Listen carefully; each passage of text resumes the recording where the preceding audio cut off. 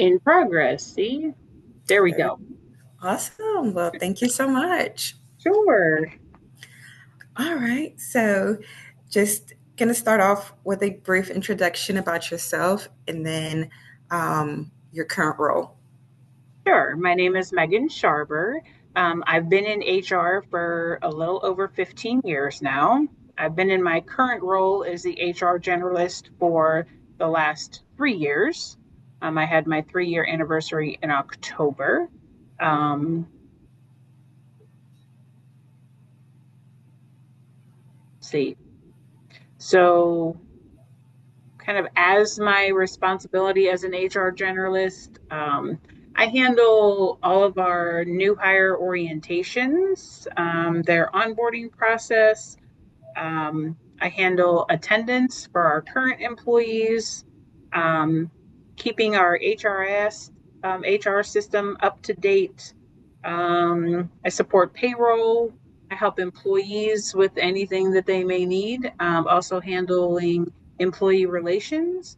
It is a union facility, so that requires union involvement for everything, which falls under different rules, regulations. If it's not in the contract, then it's a whole big thing typically. I had not been in a union, worked for a union um, facility before this, so it's kind of new. And even after 3 years, I'm still learning things about the contract. There's lots of different pieces and puzzles. It's this contract is very small and it doesn't have a whole lot in it, so it leaves you with lots of questions for most of the part. When you're trying to figure out what you want to do, it's like, can I do that? Can I not do that? They say, look Mhm, at the contract. Well, it doesn't say what's in there. So, mhm. um, yeah, it can be challenging, but it's definitely different being also in a manufacturing environment. I've worked in HR in a call center where we had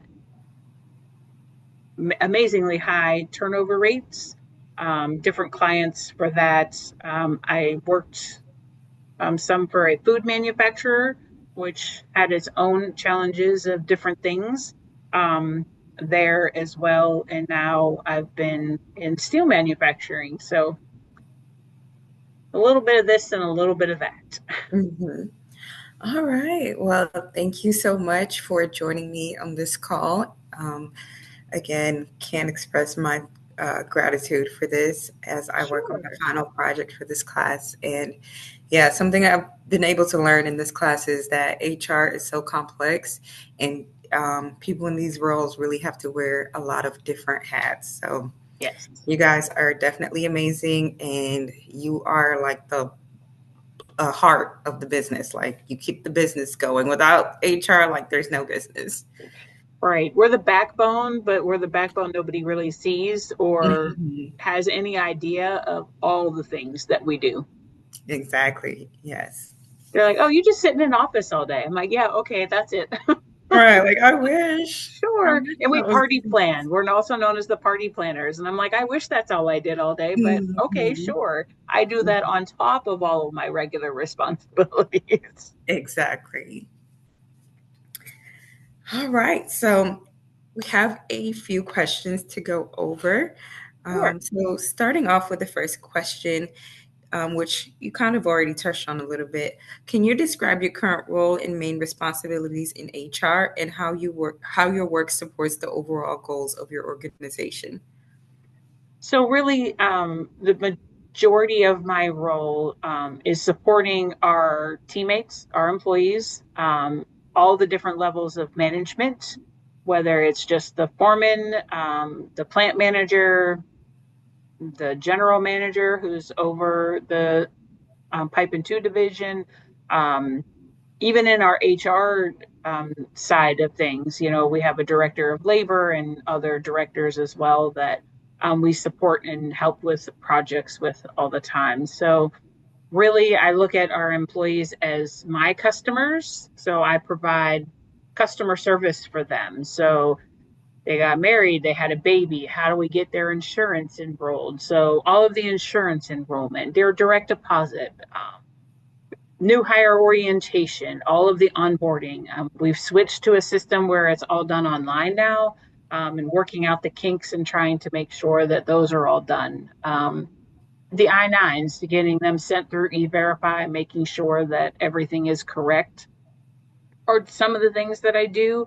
But overall, if you look at HR, I would say my role is customer service, and that's taking care of employees and the people who manage them and assisting them in obtaining their goals as well. You know, production, if you have employees who aren't coming to work, why aren't you coming to work? Is there something going on at home that we need to get you some support with? And there's programs for that.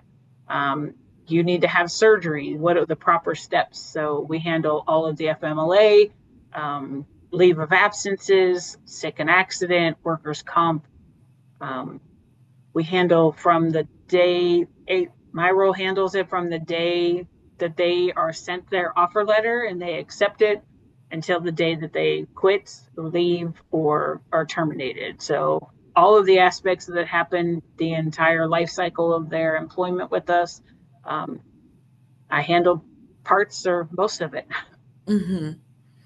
Wow. So that's a lot. And it sounds like you're very involved with your customers, which are the people who are working there for the company.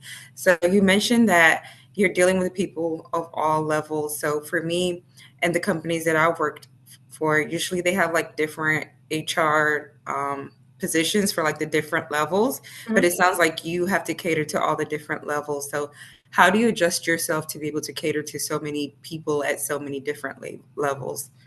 I guess it depends on exactly what it is, right? So the foremen are guys that I talk to on a daily basis, multiple times a day, whether it's just over time cards, whether it's something's happening with an employee.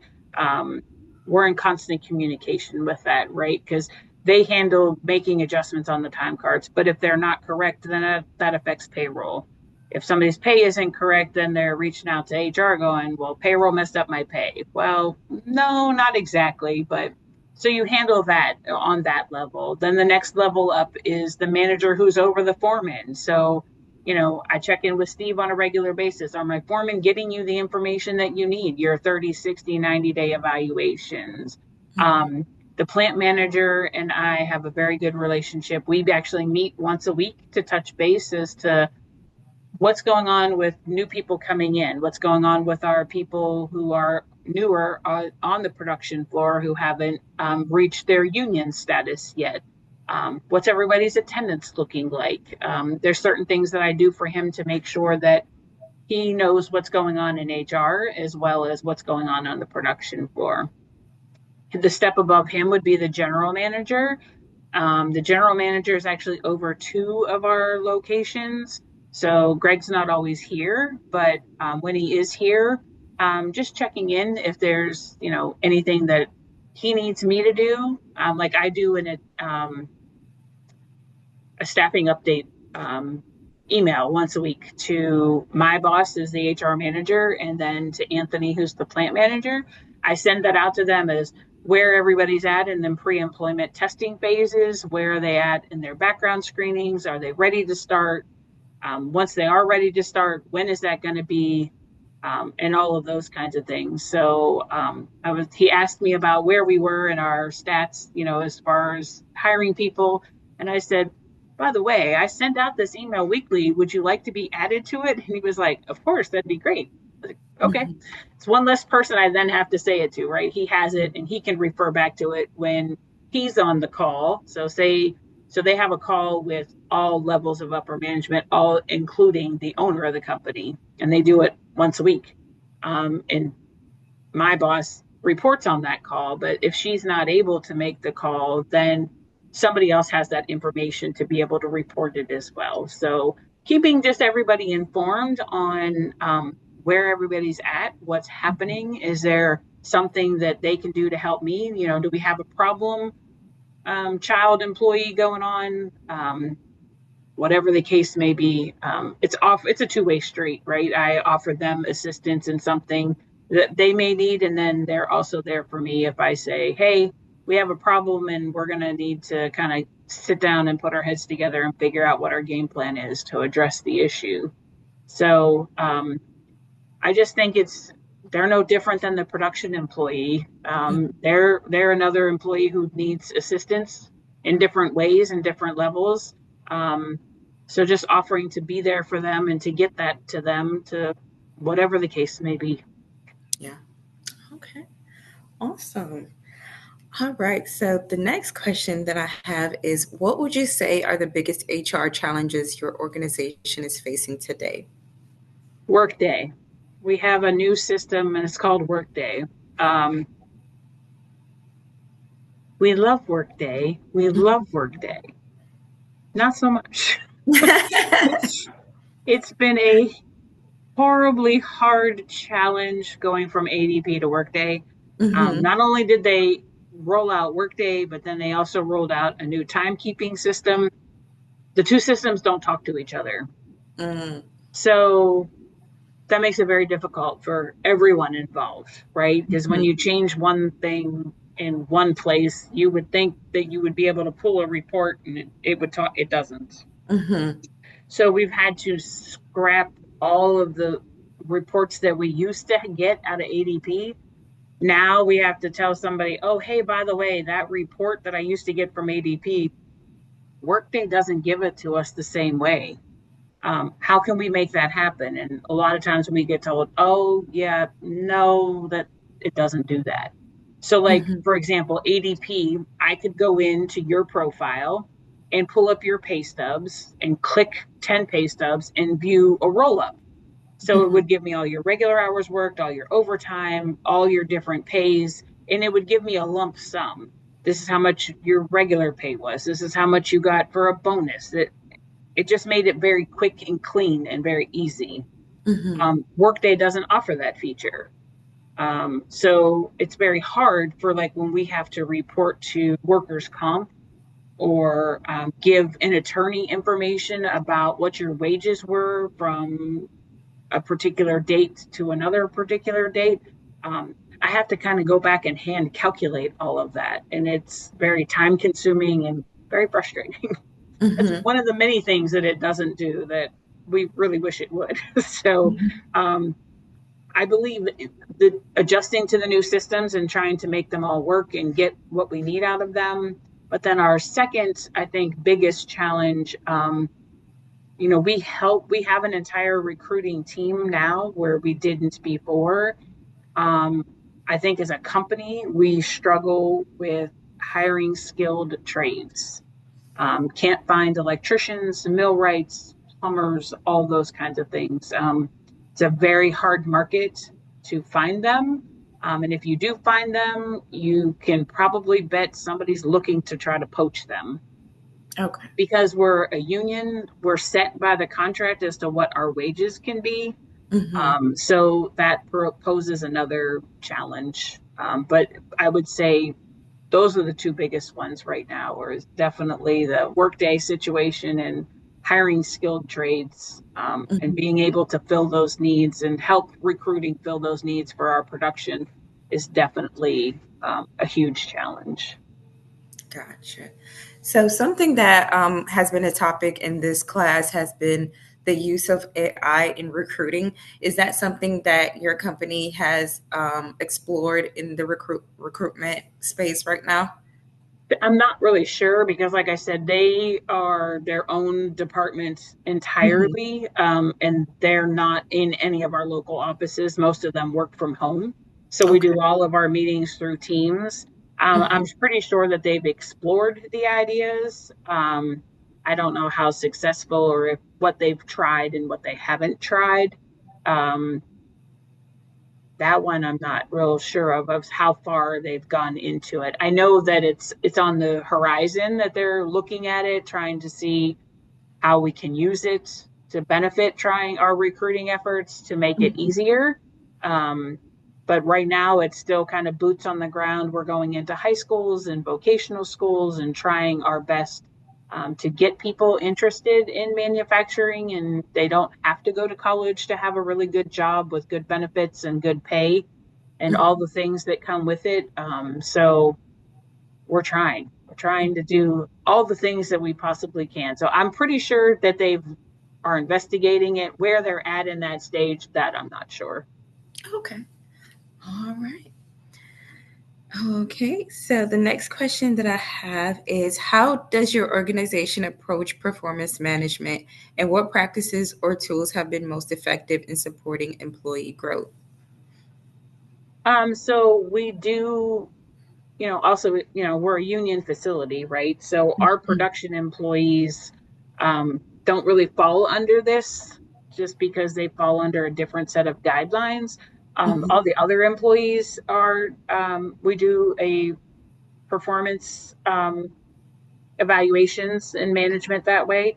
Um, it's just actually since I've started has really become prominent.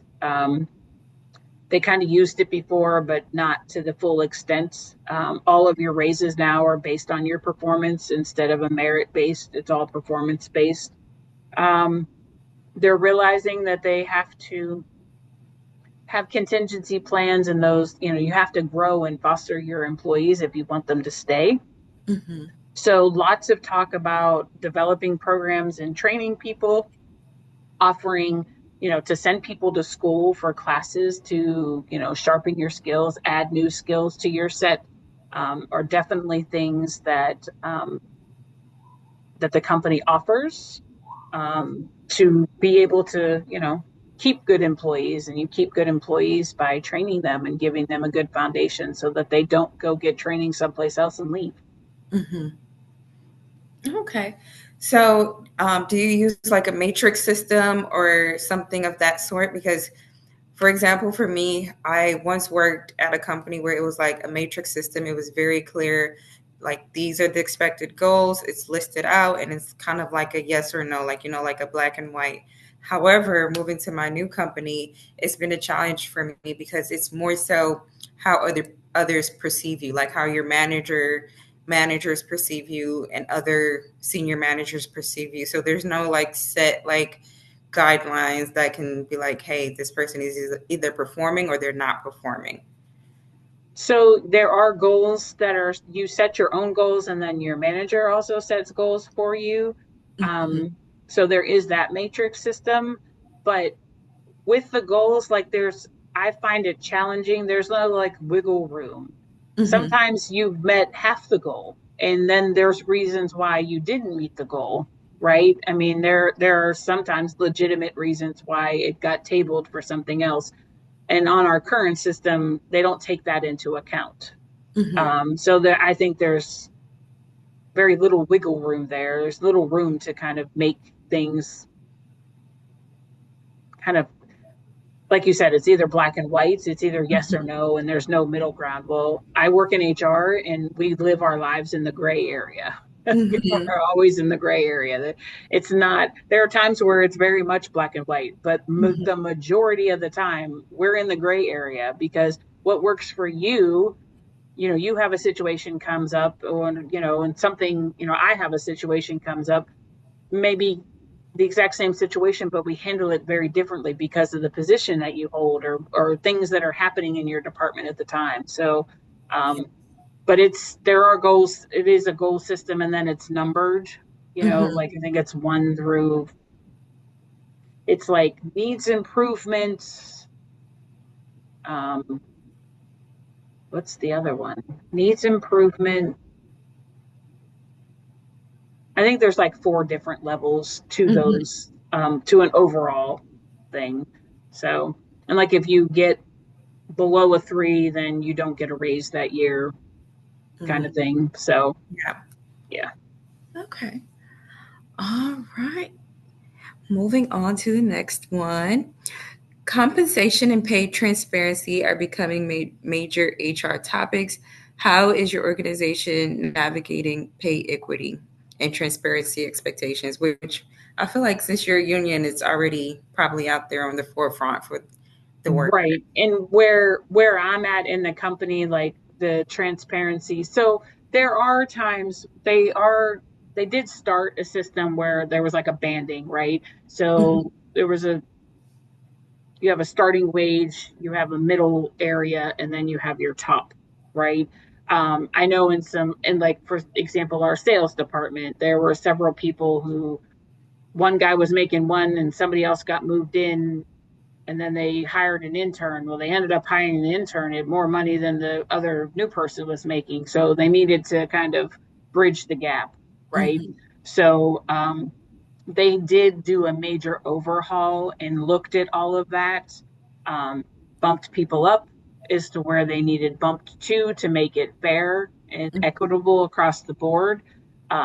Not necessarily in the HR department itself, but in outside of in the other departments, there definitely was a look at it because it became very clear very quickly when you did your performance reviews of, and then you factor in how many years people have worked there. And for many years, they didn't get any kind of increase. And then we hire in, you have an employee who's worked here for 10 years and you hire somebody in at more money than the person in 10 years is making. Well, Mhm. that's not exactly fair. They have the experience, different things like that. So I do know that they did a major overhaul in trying to bridge those gaps where they needed to be fixed. Okay. Well, that's definitely great to hear. I am curious to know from your own perspective, when it comes to job listings, do you feel like companies should be posting the salary right on the job posting so that people know what they're getting into? Or do you feel like it should still be, up to the employer to decide whether they put it or they don't put it? I believe it needs to be out there. You need to, if you're going to give a range, then put it as a range.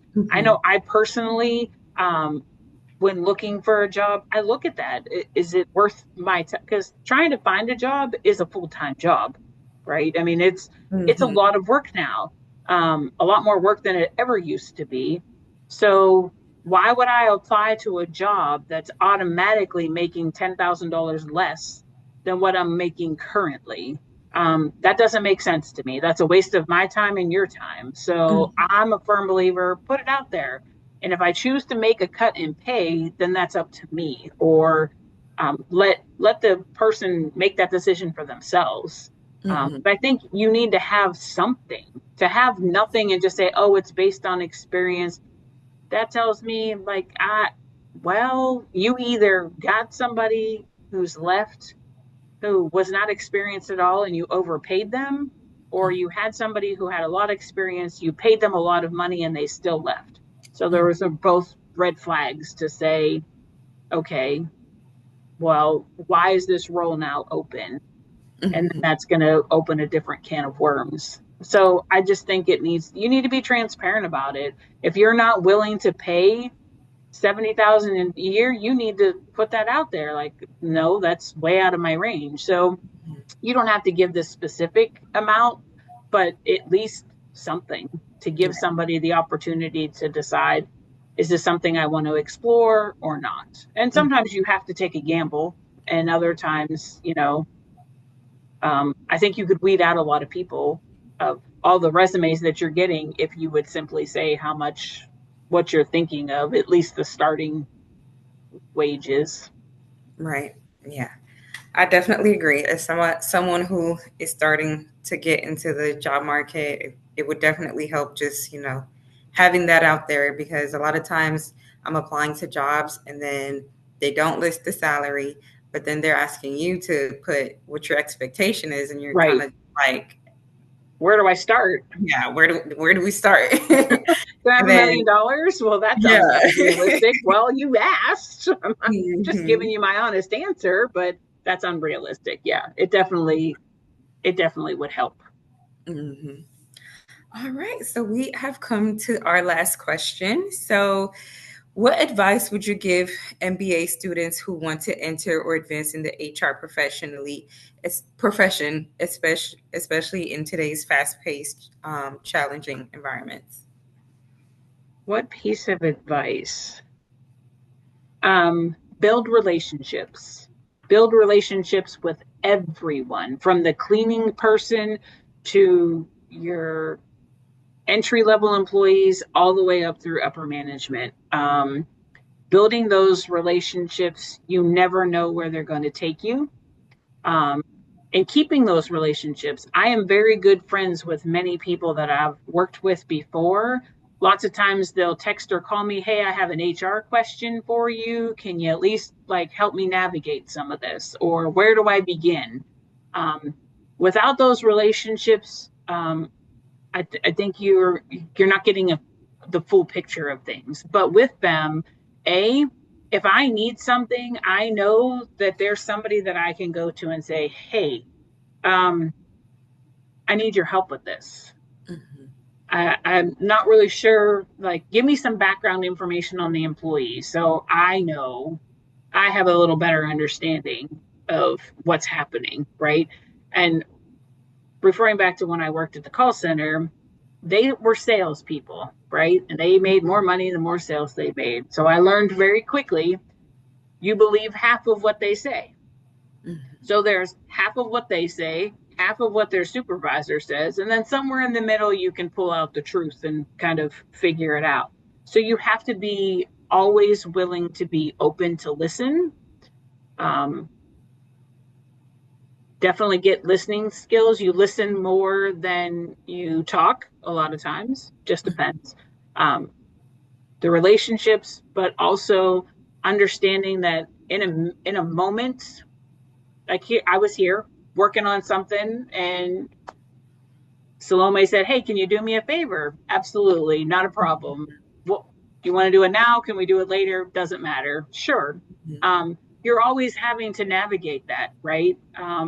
But I would say what I didn't do early on and what I should have done was a work-life balance. Um, you have to, and I know the younger generations are so much better at that than us, than me, I know. Um, but I was a single mom with two kids, so I had to work all the time because that's how I kept food on the table and all of those things. But if you have a work life balance, you make really good, firm relationships with people, and you learn how to listen and always be adaptable, then you can pretty much conquer anything. And you can write your ticket and do anything that you want to do. There's a lot of things in HR that most people don't don't know that we do. Yeah, Mhm.